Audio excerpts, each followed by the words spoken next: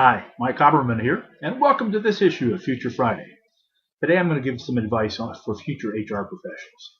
My friend Bill Ramsey challenged me by asking me what I would tell a high school student they needed to do to get into HR. So here we go.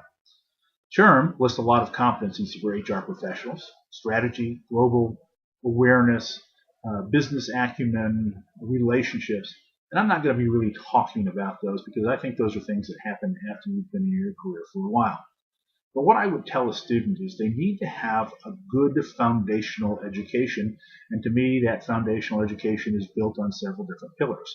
One is they need to understand the language of business, and that comes from studying finance. They need to understand how people interact with each other, since we are in the people business, and that comes from studying sociology and or psychology.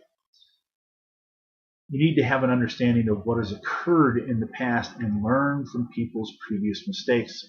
So a little thin foundation in history is important. And technology is going to be very, very important to future HR professionals, understanding both robotics and understanding how to do some programming or some coding, particularly as it relates to mobile devices. Mobile devices and robotics are going to play key parts in the future of HR, and if you don't have any awareness of those, then you are going to be left behind. Now, you're not going to find that degree program anywhere in any university, at least not today. They are going to have to find and create their own degree program to be able to do that. Now, I think there are also some additional skills that the future HR person needs to have. Number one, they're going to have to learn how to be a speaker. If you think that you're going to be in HR and you're not going to stand in front of groups and make presentations, then you are sadly mistaken. You need how to learn how to be comfortable in front of a group of people and to do it effectively. You need to be a reader. You need to be well read.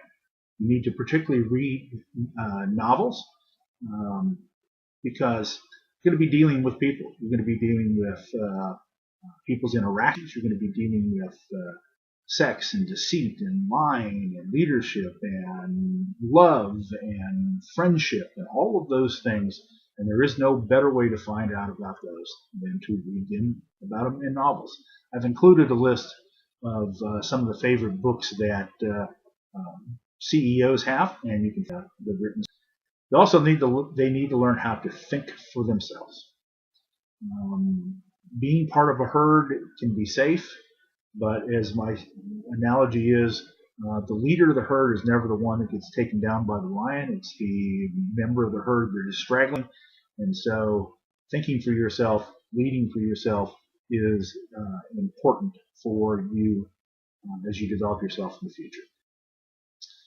And then my last piece of advice is don't start out in human resources, not right out of school.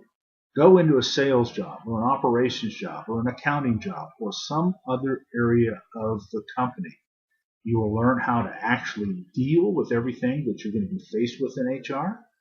And as a result of that, you will be better for it. And I think you will be far more valuable to your organization with that combined skill set of actual experience with HR education, with broad-based thinking for yourself, than somebody that is taking an HR major program and coming out of school and trying to get work in the HR department.